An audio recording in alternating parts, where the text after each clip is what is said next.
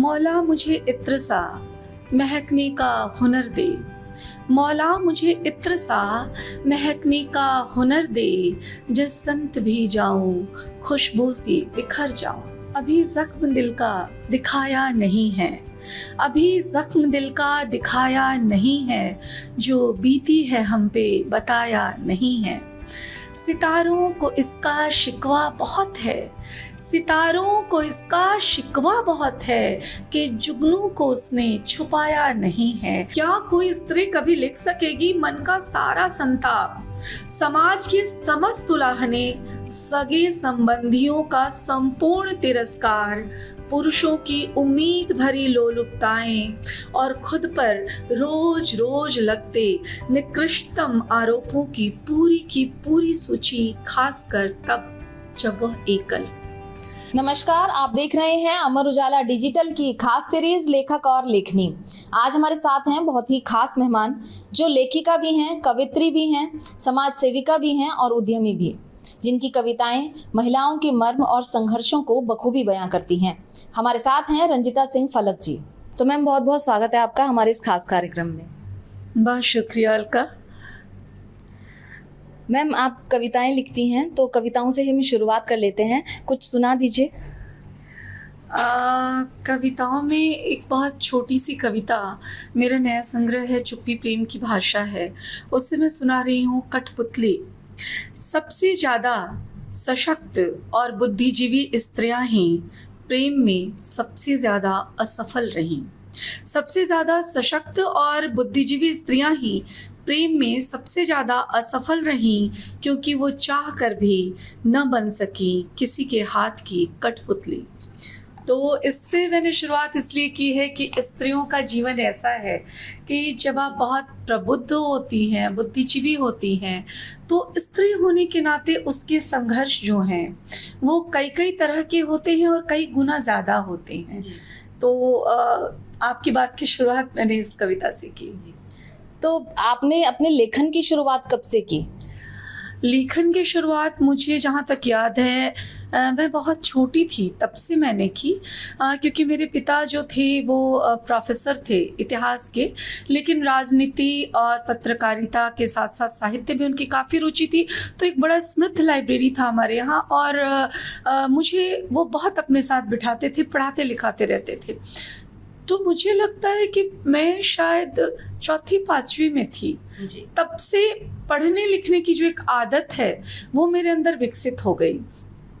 और ये इत्तेफाक रहा कि तीसरी क्लास के, मैं एक कॉन्वेंट में पढ़ती थी, मुझे डांस का बहुत शौक था, शास्त्रीय नृत्य का। तो मेरे पिता और सब चीज़ों के लिए तो बड़े उदारवादी थे, लेकिन उन्हें लड़कियों का नाचना पसंद नहीं था। तो उन्हें पता चला कि मेरी बिटिया सीख रही है कथक, तो वो मेरे स्कूल में गए और उन्होंने कान पकड़ के क्लास से निकाला मेरे लिए। मैं छोटी थी, मुझे बहुत गुस्सा आया, अपमानजनक रहा मेरे लिए। तो मैंने गुस्से में कहा मैं इस स्कूल में नहीं पढ़ूंगी। तो तब क्या होता था कि मेरे फादर की पोस्टिंग बिहार में थी और वहाँ कॉन्वेंट एक ही था। तो दूसरा जो स्कूल था वो 6ठी 7वीं से शुरू होता था, वो हिंदी मीडियम। तो मेरी जिद की वजह से जब उस स्कूल में मैं नहीं पढ़ूंगी की बात हुई, तो दूसरा स्कूल मिला जिसमें मुझे 6ठी या 7वीं में एडमिशन लेना था। लेकिन मैं पढ़ने में थोड़ी अच्छी थी, तो हमारे टेस्ट दिलवाए गए। तो लकीली मैं 6ठी के सारे सीट भर गए थे, मेरा 7वीं में हुआ। तो मैं तीसरी के बाद जंप करके 7वीं क्लास में गई हुई हूँ। और 7वीं में मुझे एग्जैक्ट याद है कि चूंकि मैं गई तो मेरे साथ सभी बड़ी लड़कियां थीं और मैं सबसे छोटी लड़की जो आगे बैठती थी। तो मेरा सोशल सर्किल एकदम खत्म हो गया था। वो लड़कियां मुझे अपने लायक नहीं समझती थी कि मैं उनके बीच बैठूं, बातचीत करूं, और मैं एकदम से हतप्रभ थी कि मैं कहाँ आ गई हूँ। तो तब मैं अकेली बैठा करती थी। स्कूल का बड़ा सा कैंपस था, बड़ा बड़ा पीपल के वहाँ पेड़ थे, तो मैं वहीं बैठी बैठी कुछ लिखा करती थी। तो मुझे जो बिल्कुल सही सही याद है तरीके से, मैं चौथी में होती, लेकिन तब मैं 7वीं में चली गई थी। तो उसी वक्त मैंने लिखना शुरू किया था, क्योंकि मैं पूरी दुनिया से लगभग कट सी गई थी और मेरी कोई दोस्त नहीं थी। बहुत बाद में एक शालिनी नाम की मेरी दोस्त बनी, वो भी एक छोटे से कद की लड़की थी, हम दोनों लगभग बराबर से थे। तो एकमात्र उस दोस्त के अलावा मेरे पास और कोई नहीं था। तो मैं लिखना मैंने तब शुरू किया। और फिर उसके बाद, और आप हंसेंगे कि शायद 8वीं 9वीं में एक नॉवेल मैंने उस मतलब कच्ची सी उम्र में मुझे लगा कि मैं एक उपन्यास लिखूं, तो मैंने शुरू किया। और उसका टाइटल मुझे आज भी याद है, पर वो नाम मैं इसलिए नहीं लूँगी कि वो लिखना बाकी है। और चूंकि उन दिनों की डायरीज वगैरह जो हैं वो बाद में रद्दी में माँ ने बेच दी, लेकिन मैं याद करती हूँ कि बहुत मन से करीब 160-65 पन्ने मैंने लिख डाले थे जी।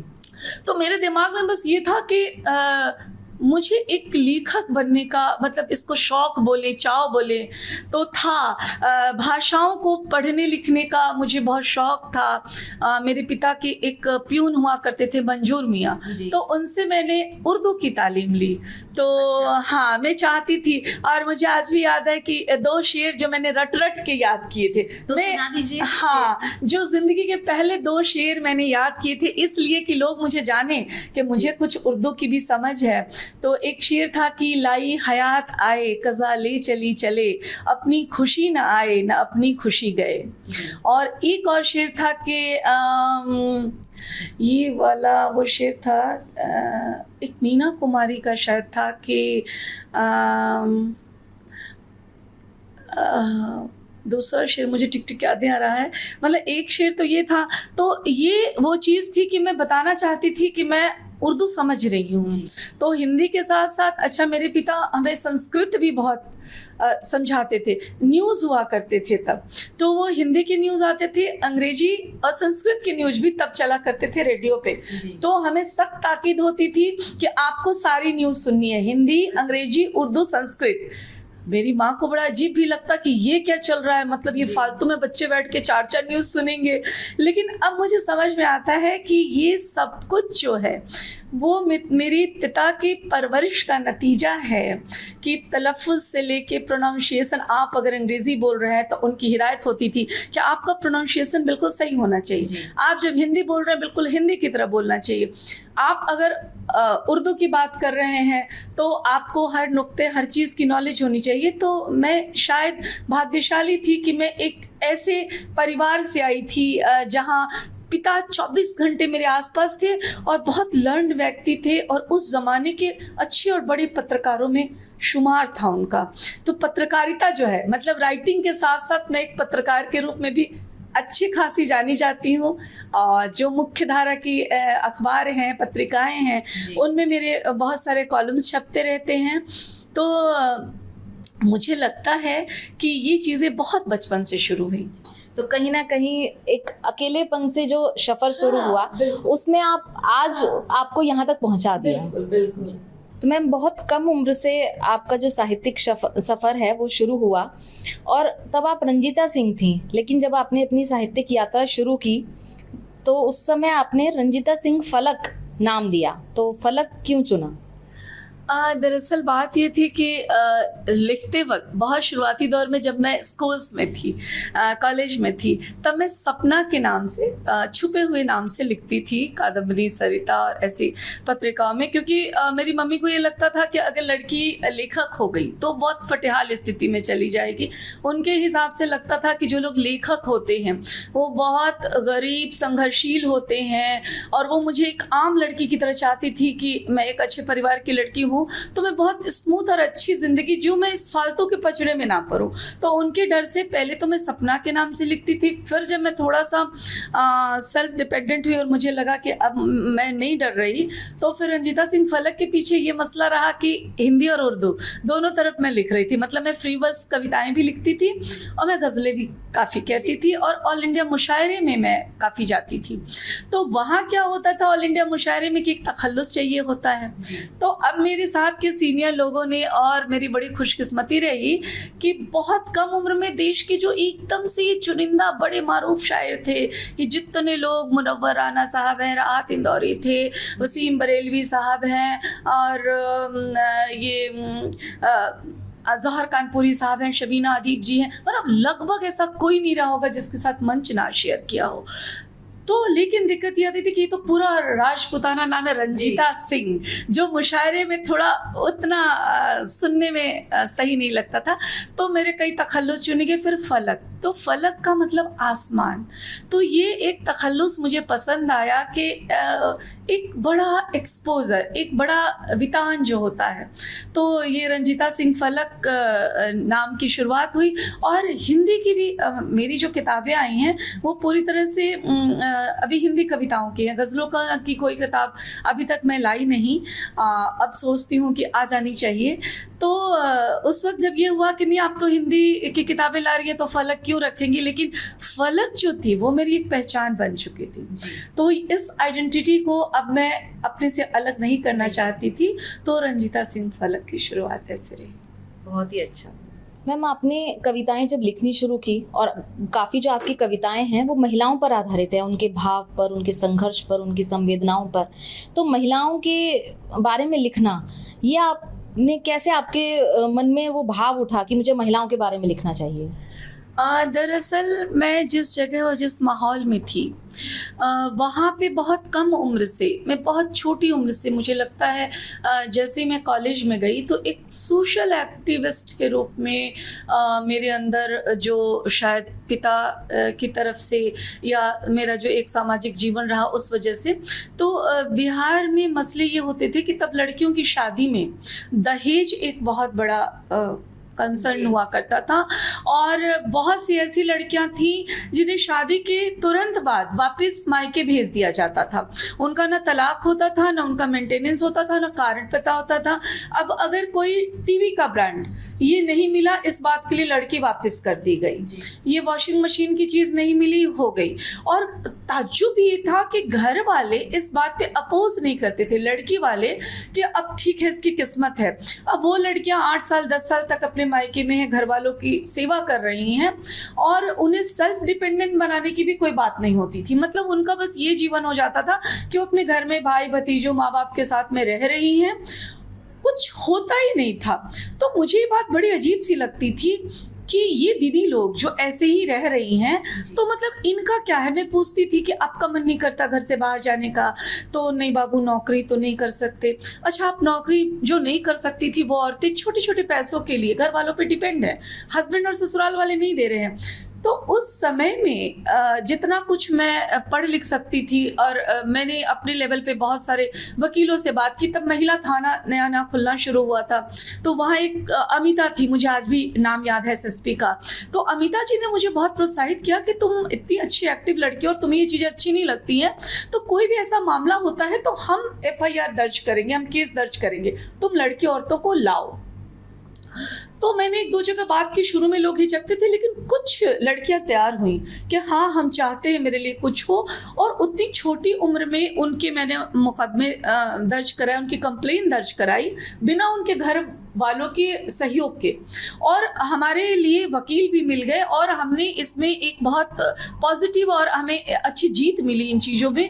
तो धीरे धीरे मेरा नाम एक ऐसी लड़की के रूप में होने लगा जो किसी भी तरह के मुश्किलों में काम आती है। तो इनके संघर्षों के बीच रहते हुए जीवन की कई परतों को मैंने देखा। जैसे लोग कहते हैं कि आप जो कुछ भी लिखती हैं, अभी मेरे इस नए संग्रह का एक इस पे चर्चा हुई और लोकार्पण कानपुर में हुआ।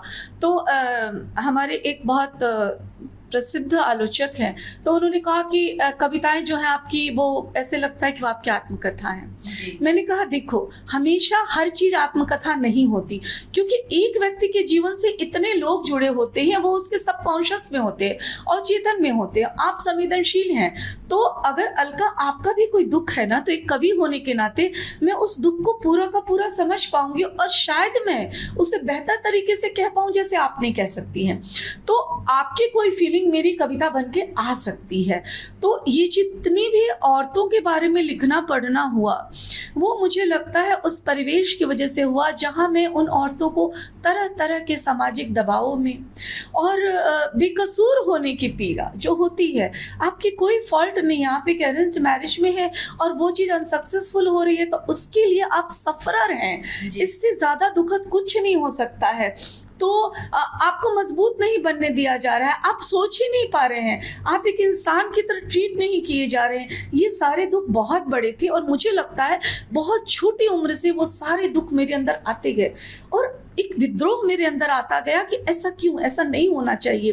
धीरे धीरे करके ये मेरा सोशल एक्टिविज्म भी बनता गया। मेरी एक संस्था जो है बीइंग वुमेन स्वयं सिद्धा, वो कहीं ना कहीं इसी वजह से विकसित हुई कि मैं उन औरतों, खासकर एकल महिलाओं पे मैं ज़्यादा काम करती हूँ। मुझे ऐसा लगता है कि एकल महिलाओं के संघर्ष हमेशा ज़्यादा बड़े हैं। हम आज चाहे कितने भी आत्मनिर्भर हो रहे हैं या हम बात कर रहे हैं कि हम बहुत शिक्षित हो गए हैं, इसके बावजूद भी जो एकल महिलाओं की पीड़ाएं हैं वो अभी भी बनी हुई हैं, क्योंकि समाज आपको एक्सेप्टेंस वैसे नहीं दे रहा है।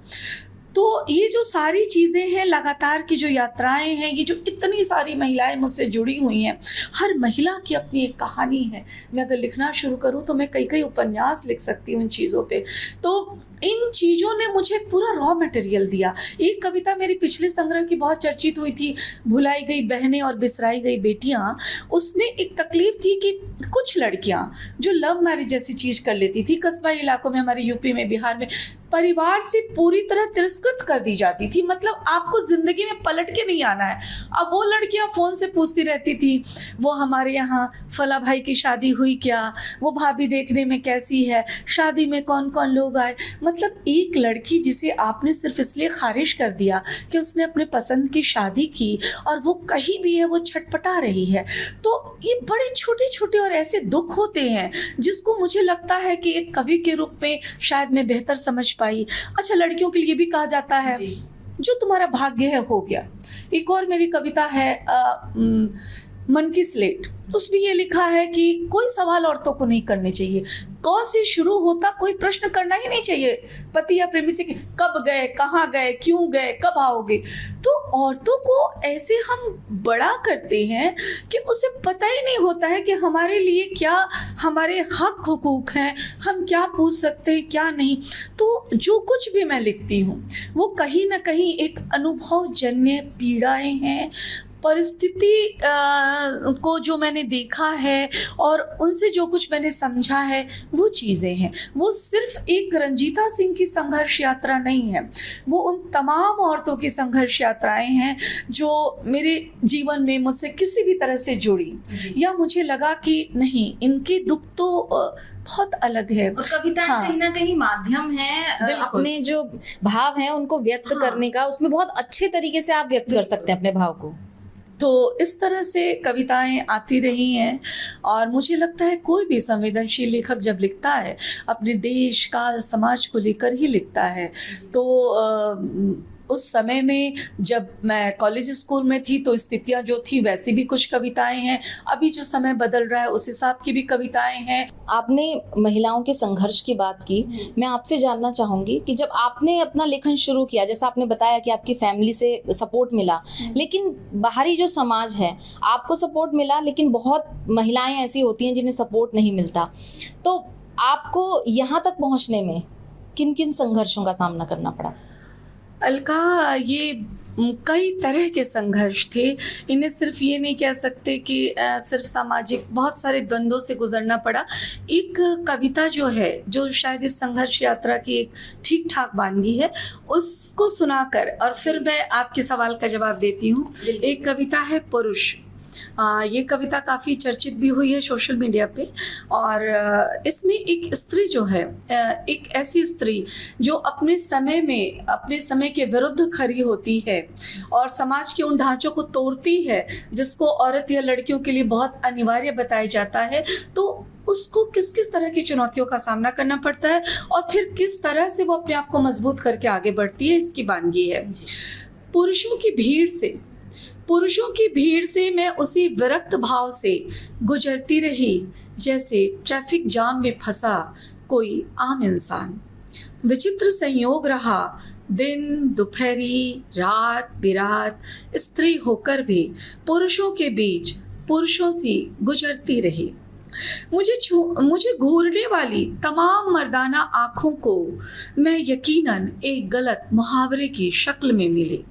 मुझे घूरने वाली तमाम मर्दाना आँखों को मैं यकीनन एक गलत मुहावरे की शक्ल में मिले दुनिया की भीड़ में अब भी स्त्रियों से ज़्यादा पुरुष हैं।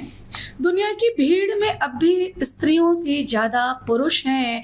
और आज से 20 साल पहले किसी ऐसे शहर में जब मैंने बेधड़क चलना शुरू किया था जहां स्त्री को स्त्री की तरह देख पाने की सलाहियत भी नहीं रख पाए थे वहां के पुरुष, बहुत दिनों तक एक दबा दबा सा शोर गूंजता रहा आस पड़ोस चौक चौराहों पर।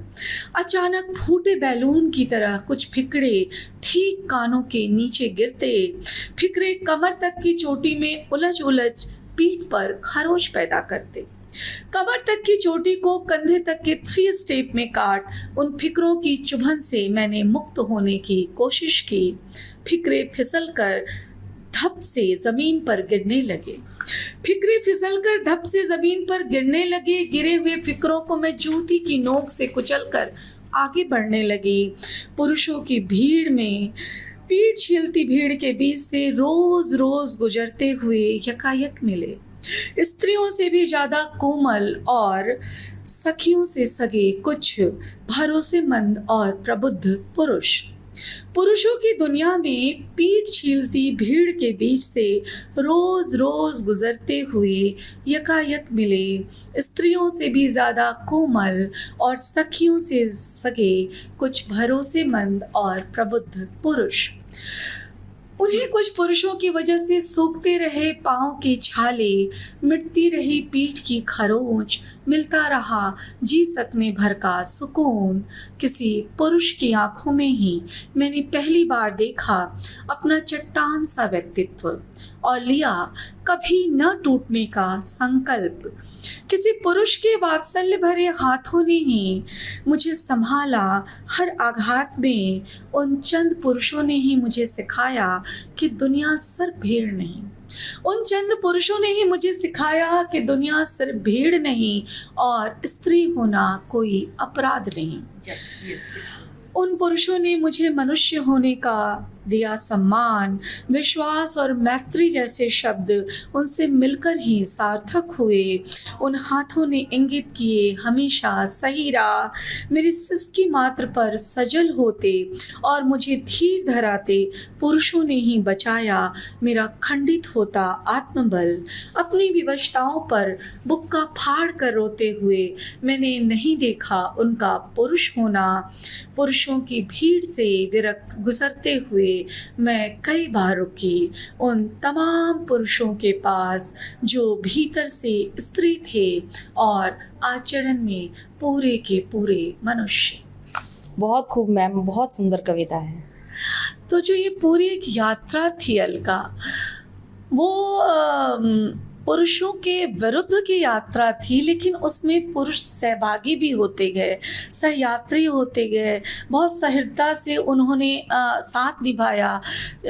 एक स्त्री, मुझे लगता है कि लोग, समाज जो है वो पहले आपको देखते हैं, जज करते हैं कि आप जो कर रही हैं उसका विरोध निश्चित तौर पे किया जाता है। लेकिन जब आपकी मंशाएं स्पष्ट हो जाती हैं, जब लोगों को लग जाता है कि ये जो कर रही है वो एक बेहतर कारण की वजह से कर रही है या इसका किया जाना ज़रूरी है, तो आपके विरोध करते 80% लोगों के बीच से ही 20% वो लोग आ जाते हैं जो आपके इन कामों में आपको सहयोग करते हैं, आपको ढाढ़स बंधाते हैं, बताते हैं कि ये सही चीज़ है।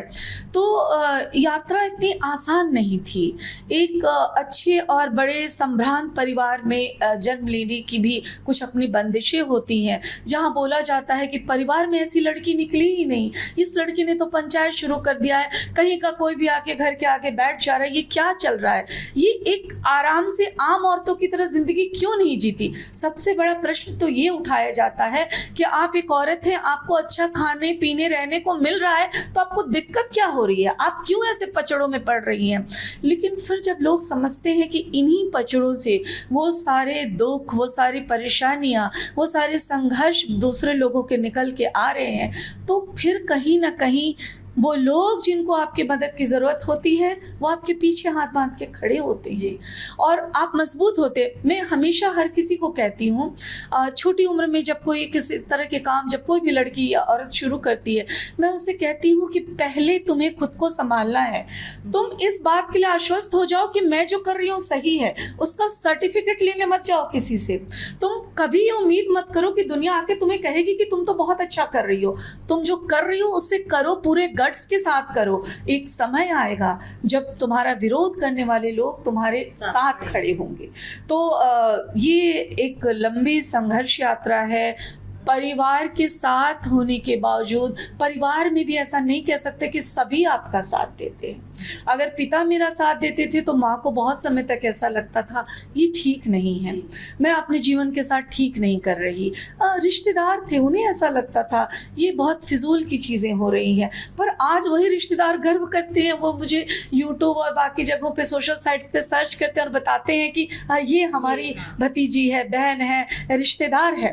पर इस जगह तक आने में एक लंबी जर्नी रही। मैं कई बार टूटती थी, मैं दुखी होती थी, मैं ये सोचती थी कि मेरे बारे में ऐसा क्यों सोचा जा रहा है। आपने जो गलतियां नहीं की हैं, औरतों के साथ कैरेक्टर एसेसिनेशन बहुत होते हैं। आप कुछ कर रही हैं तो सबसे पहले प्रश्न आपकी अस्मिता पे उठता है। लोगों को लगता है कि मतलब मैं बता नहीं सकती कि किन किन तरह की बहुत ही निकृष्ट जो आरोप है जी। एक कविता शायद थी, एकल स्त्री के शब्द, पता नहीं, मैं देखती हूँ वो अगर मिलती है तो, कि क्या कोई, उसके कुछ भाव ऐसे थे, हाँ, क्या कोई स्त्री कभी लिख सकेगी, क्या कोई स्त्री कभी लिख सकेगी मन का सारा संताप, समाज के समस्त उलाहने, सगे संबंधियों का संपूर्ण तिरस्कार, पुरुषों की उम्मीद भरी लोलुपताएं और खुद पर रोज रोज लगते निकृष्टतम आरोपों की पूरी सूची, खासकर तब जब वह एकल। तो स्त्रियों को अपने दुख कहते, बताते, अपने संघर्षों के लिए लड़ते हुए भी समाज के दोहरे नजरिए का बहुत सामना करना पड़ता है। कहीं संकोच रहता है महिलाओं को। सिर्फ संकोच नहीं है, अगर आप उस संकोच से लड़ भी रही हैं तो आपके आत्मबल को तोड़ने की इतनी कोशिशें की जाती हैं, आपको इतनी तरह के आरोपों से घेरा जाता है कि आप जो थोड़ी सी भी मानसिक रूप से कमज़ोर औरतें हैं वो वहीं थक जाती हैं, चुप जाती हैं, वो आगे नहीं बढ़ पाती। तो ये यात्रा कतई आसान नहीं थी और जिनकी भी रही है आगे भी उनकी आसान नहीं रहेगी। मैं सिर्फ ये बताना चाहती हूँ कि ऐसी यात्राएं कभी आसान नहीं होती, लेकिन ये ऐसी यात्राओं को जब आप पूरा करते हैं, जब आप इस पर निरंतर चलते हैं, तो आपको जो सुकून मिलता है वो आपके इस पूरी जर्नी का एक प्रतिफल होता है। तो सब्र रखिए और पूरे धैर्य के साथ आप जो करना चाहते हैं वो कीजिए।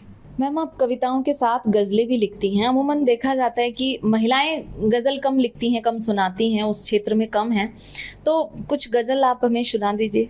हाँ ज़रूर। मैं एक शेर के साथ शुरू करती हूँ।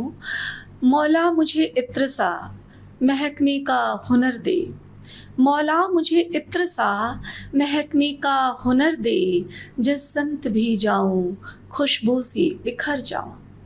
तो इसको आप मेरे निजी जीवन से भी जोड़ सकती हैं। मुझे ये लगता है कि मैं इंसान हूँ। जब भी कोई मुझसे पूछता है आप क्यों ये सब करती हैं, तो मैं हमेशा सोचती हूँ कि as a person, as a human being, एक मनुष्य होने के नाते मेरी कुछ मोरल रिस्पॉन्सिबिलिटीज़ हैं सोसाइटी के लिए। हम जानवर नहीं हैं कि नाद में अपना खाकर अपने आप में ही खुश रहें। तो एक मनुष्य है, तो हमारे आसपास वालों को जब तकलीफ़ हो रही है हम कैसे नहीं विचलित होंगे, और हम नहीं विचलित हो रहे तो हम मनुष्य नहीं। तो मैं चाहती हूँ कि मैं मुझसे जो कुछ भी हो सके, एक जैसे एक खुशबू होती है कि वो आपको पीस कर देती है, तो मैं चाहती हूँ कि मैं कम से कम जितने लोगों को खुशी दे सकूँ उनके लिए बेहतर कर सकूँ। और एक कुछ गज़ल मैं आपको सुनाती हूँ कि एक छोटी बहर की गज़ल मैं सुना रही हूँ आपको। अभी ज़ख्म दिल का दिखाया नहीं है, अभी ज़ख्म दिल का दिखाया नहीं है, जो बीती है हम पे बताया नहीं है। सितारों को इसका शिकवा बहुत है, सितारों को इसका शिकवा बहुत है कि जुगनू को उसने छुपाया नहीं है। ये एक वर्चस्व की लड़ाई पे है कि जो लोग बहुत पॉपुलर है, चर्चित है, वो अपने आगे किसी भी उभरती हुई चीज़ की एक्सेप्टेंस को स्वीकार नहीं कर पाते। सितारों को इसका शिकवा बहुत है कि जुगनू को उसने छुपाया नहीं है। मेरी दास्तां आईने की तरह है, मेरी दास्तां आईने की तरह है, किसी से भी मैंने छुपाया नहीं है। कई राज हैं मेरे सीने में लेकिन, कई राज हैं मेरे सीने में लेकिन, ज़माने को किस्सा सुनाया नहीं है। और पलटकर मैं आती तेरे दर पे लेकिन, पलटकर मैं आती तेरे दर पे लेकिन, तबीयत से तुमने बुलाया नहीं है। बहुत होता रहता है नुकसान मेरा, बहुत होता रहता है नुकसान मेरा, मैं खुददार हूँ ये भुलाया नहीं है। और एक शेर देखें कि मुझे जिसने रुसवा किया है मुसलसल, मुझे जिसने रुसवा किया है मुसलसल, वो अपना है मेरा पराया नहीं है।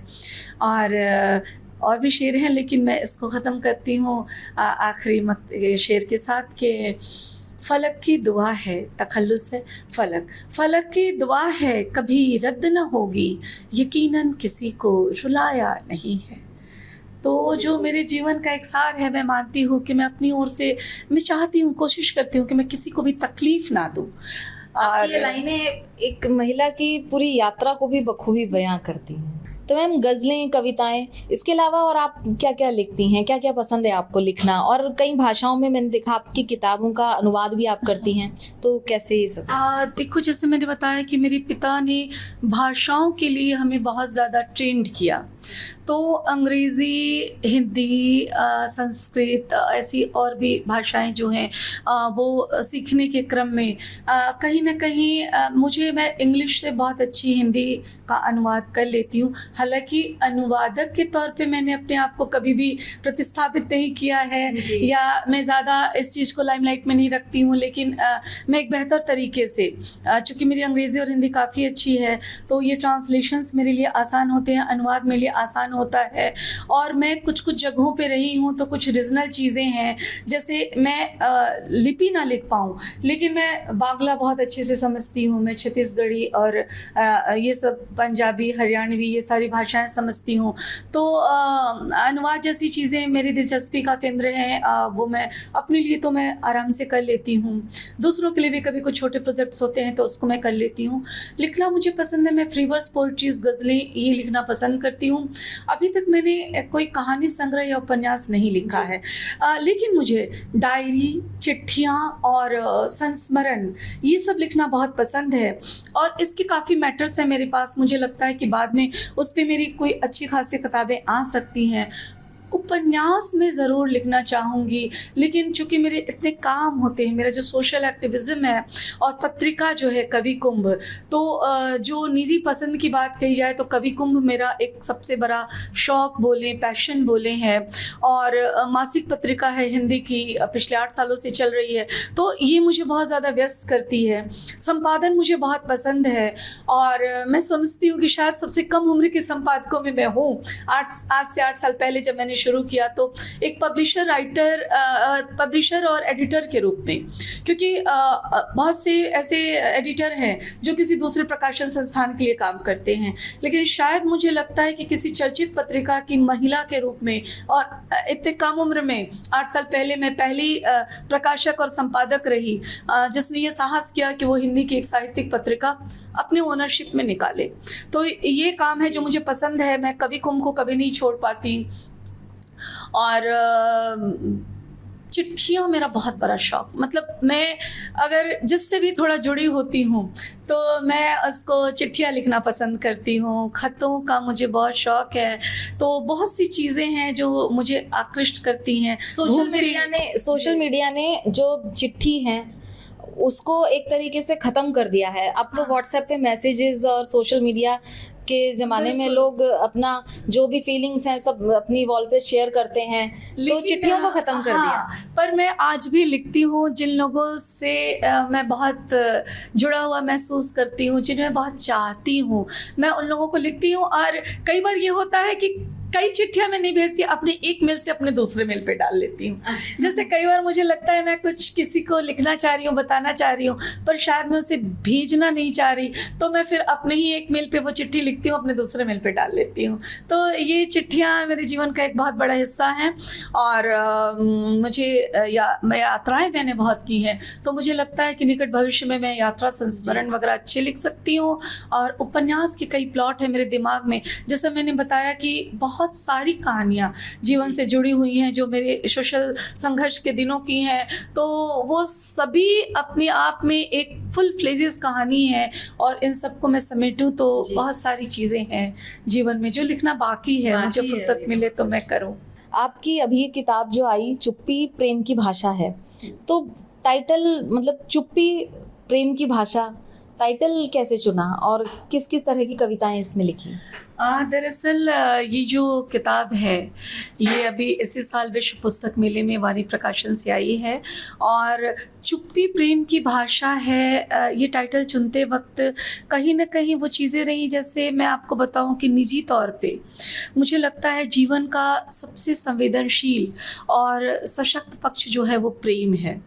और प्रेम जो है वो कहीं ना कहीं आपको सामाजिक दायित्वों से, बहुत तरह की करुणा से और मनुष्यता बोध से जोड़ता है।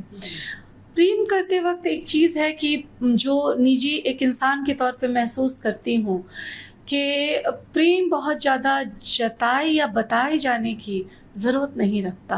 आप जब प्रेम में होते हैं, जिसके भी प्रेम में होते हैं, मुझे लगता है स्वतः उसका संज्ञान वो ले लेता है। आपके देखने से, आपके हाव भाव से, आपके कहने भर से, आपके चेहरे को देखकर आप जिसे चाहते हैं वो समझ सकता है कि आप उसे चाह रहे हैं। और प्रेम को जो डिस्क्राइब किया जाए उससे ज़्यादा खूबसूरत तरीके से जब आप चुप रहते हैं तो प्रेम अपनी चुप्पी में ज़्यादा खूबसूरत तरीके से परिभाषित होता है। तो शायद इसलिए मैंने ये चुना कि चुप्पी प्रेम की भाषा है, और ये शीर्षक सभी को पसंद भी आ रहा है। इस किताब को राजभाषा पांडुलिपि सम्मान भी बिहार से मिला हुआ है, और अभी प्रकाशित होने के 1 महीने के अंदर इसे एक अनामिका साहित्य संस्थान है बिहार की संस्था, उससे भी एक सम्मान मिला है, जिसमें 25,000 की एक नगद राशि और बाकी जो मोमेंटोज वगैरह होते हैं वो दिए जाते हैं। तो इस किताब के आते आते 2 सम्मान से ये समृद्ध हो चुकी है। इसकी कविताएं लोगों को पसंद आ रही हैं। तो इस जर्नी के बारे में भी एक बात है कि पिछला संग्रह मेरा था प्रेम में पड़े रहना, जो संभावना प्रकाशन से आया था, वो भी काफ़ी पसंद किया गया। एक्चुअली वो संग्रह सभी को इतना पसंद आया, उसकी एक छोटी सी सिग्नेचर कविता है जिसकी जो मेरी एक तरह से पहचान है कि लिखा जा रहा है बहुत कुछ, पर मैं लिखती रहूँगी सिर्फ प्रेम, क्योंकि मुझे पता है दुनिया के सारे विमर्श प्रेम से ही शुरू होते हैं, और एक खूबसूरत दुनिया को बचाए रखने के लिए बहुत ज़रूरी है हमारा प्रेम में पड़े रहना। Yes. तो प्रेम में पड़े रहना के सफ़र की अगली कड़ी है चुप्पी प्रेम की भाषा है। जब आप प्रेम में पड़े होते हो तो आप अगर चुप भी हो तो आपकी भाषा जो है वो सब तक जाती है। तो इसमें इसके 4 खंड हैं। इस संग्रह को लेकर मुझे लगता है कि शायद मैंने थोड़ी ज़्यादा मेहनत की है। कितना समय लगा आपको लिखने में? ये देखो, बहुत इसमें पहले की भी कविता है और अभी की भी हैं, लेकिन पिछले संग्रह के पूरे 5 साल बाद ये संग्रह आया है। 2020 में पहला संग्रह था, 2025 में ये दूसरा संग्रह है। और इसमें भी बहुत सी ऐसी कविताएं हैं, लगभग 160-70 कविताएं जो भी मेरे पास है, वो मैंने छांटी। मुझे लगा नहीं, मैं उसे नहीं लाना चाहती, मैं सिर्फ इतनी सीमित कविताओं को लाना चाहती हूँ। इसमें भी कम से कम 85 से अधिक कविताएं हैं, 172 पृष्ठ की। इसकी एक कविता की लाइन मैंने सुनी थी, कहीं इतनी सुंदर कविताएं भी ना लिखा करो। हाँ, अच्छा, थोड़ा सा उसके अच्छा, विरह मुझे बहुत व्यथित करती है। अच्छा, ये कविता साहित्य तक पे और बहुत जगहों पे लोगों ने पढ़ी है, संजीव पालीवाल जी ने पढ़ी है। तो ये सच में एक सुंदर कविता है और पसंद की जाती है। तो अच्छा, विरह मुझे बहुत व्यथित करता है, फिर भी तुम ऐसे प्रेम पत्र ना लिखा करो जिसे पढ़ते ही बमुश्किल दबाया गया प्रेम किसी संक्रमण की तरह एकाएक प्रकट हो जाए। तुम मेरी याद में इतनी सुंदर कविताएं भी न लिखा करो, क्योंकि तुम्हारा लिखा हुआ पढ़ते ही धक से हो जाता है दिल। जाने कितनी लंबी हो जाती है सांस, आम के बौर सी नाजुक हो जाती हैं भंगिमाएं और इच्छाएं हर सिंगार सी झड़ने को आतुर। डरती हूँ कि कामनाओं के ज्वार से कैसे बचूंगी शेष। डर से ज्यादा लाज का बोझ है, और ये जो लज्जा है ना, रक्तिम कर देती है मेरा सर्वस्व। जेठ की दोपहरी में जो सूरज तुम्हें स्पर्श कर रहा है ना, वो मेरी ही कामनाओं की उष्मा से धधक रहा है। उसने मेरी ही लज्जा की लालिमा और देह की दाह चुराई है। पिछले माघ जब हार हिलाने वाली ठंड में मैं तुम्हारे स्मृतियों की जुराबे डाले कल्पनाओं की सिलाई पर सपनों का स्वेटर बार बार बुन उधेर रही थी, तब आधी रात में अजीब सी तपिश से खौल उठता था एकांत। तुम्हारे नाप की स्वेटर बुनते हुए जब भी सीने के ऊपर कांधे के फंदे घटाते हुए याद करती थी तुम्हारा सीना, तो घने रोए से भरे उस जंगल में तुम गुम हो जाते थे। सारे फंदे तुम्हारे सीने के जंगल में खिले अपने ही होठों के फूल मुझे चकित किए देते थे। मेरे नथनों में भर उठती है तुम्हारी मादक देहगंध। उस जंगल से लौटते हुए मेरे साथ बची रहती थी प्रणय की सुंदर स्मृतियाँ। माँ की घनघोर शीत रात्रि में भी मेरे पोर पोर में चढ़ आता है एक अजीब सा खुमार किसी गुम ज्वर की शक्ल में। उन ठंडी रातों में भी पसीने से भीग जाती थी मेरी पिशानी। उनींदे रातों की अर्ध चेतना में तुम्हारी पीठ पर सर टिकाए लंबी रात काटना भी एक स्वप्न ही था। फागुन से चैत और चैत से बैसाख आते आते न देह का ज्वर गया न मन का ताप। तुमसे मिल पाने के हर अधूरे यत्न के बाद जेठ की दोपहरी और रातें इस उम्मीद में बीत रही हैं कि भस्म होने का इससे अच्छा महीना और कौन सा होगा। तो ये कविता थी, ये थोड़ी लंबी कविता थी लेकिन आपको पसंद थी इसलिए मैंने सुना है। तो 4 खंडों में ये संग्रह है। पहला खंड है पावस ऋतु प्रेम की कराह है। उसमें कुछ प्रेम की बहुत ज़्यादा, जिसको इंटेंस लव कहें, प्रेम की, आत्मीय प्रेम की, रूहानी प्रेम की कविताएं हैं। दूसरा जो खंड है वो है स्मृति, स्वप्न और कामनाएं। उसमें एक स्त्री मन की कामनाओं की, कुछ ऐन्द्रिक इच्छाओं की कविताएं हैं। और तीसरा खंड है प्रेम की नागरिकता, जिसमें बहुत छोटी छोटी कविताएं हैं जो जीवन, रोजमर्रा, समाज और बहुत सारे संबंधों के अनुभव से उपजी हुई कविताएं हैं। इसका तीसरा खंड है प्रेम की नागरिकता, जिसमें बहुत छोटी छोटी कविताएं हैं जो स्थितियाँ, अनुभवों, सामाजिक चीज़ों और संबंधों पे आधारित है। चौथा खंड है पिता के लिए नहीं लिखी कोई कविता। इसमें ढेर सारे रक्त संबंधों पे, पारिवारिक रिश्तों पे कविताएं हैं, समाज पे कविताएं हैं, प्रतिरोध की कविताएं हैं, जो इस समय का एक सिनारियो है, जो जिस तरह के समाज के संकट है उन पे कविताएं हैं। तो 4 खंड में ये कविताएं हैं। वो उसको इसलिए स्पेसिफाइड किया है कि जो पाठक है वो अपनी पसंद से कोई खंड आराम से उठा सकता है और उसको लगातार पढ़ सकता है। तो ये एक तरह का एक प्रयोग है जो मैंने अपने हिसाब से किया और ये पसंद आया है। तो इस संग्रह को बहुत सारा प्यार मिल रहा है। और जिन लोगों ने अभी तक ये किताब नहीं पढ़ी है उनको मैं बताना चाहूँगी कि अमेज़ॉन, फ्लिपकार्ट पे हर जगह ये उपलब्ध है। चुप्पी प्रेम की भाषा है को आप मंगवा सकते हैं। हार्ड बाइंड की किताब है, 172 पृष्ठ की है और 450 इसकी कीमत है। इतनी ज़्यादा भी नहीं है, उतने में आप एक बर्गर पिज़्ज़ा खाते हैं, ले सकते हैं। मैम, आपकी साहित्यिक यात्रा कहें तो बहुत लंबी रही। आपने मल्टी टैलेंटेड हैं, आप समाज सेविका भी हैं और उद्यमी भी हैं, कवित्री हैं, लेखिका हैं। तो कैसे आपका जो आपकी जो लाइफ है कैसे बैलेंस करती हैं आप अपने, क्योंकि एक मैरिड लाइफ में रह के महिला को काम करना और फिर सारी चीज़ें देखनी, तो कैसे आप वर्क को और अपनी फैमिली को बैलेंस करती हैं? ऐसा है कि मुझे लगता है कि काम जो है वो आपके अंदर एक जिजीविशा पैदा करता है।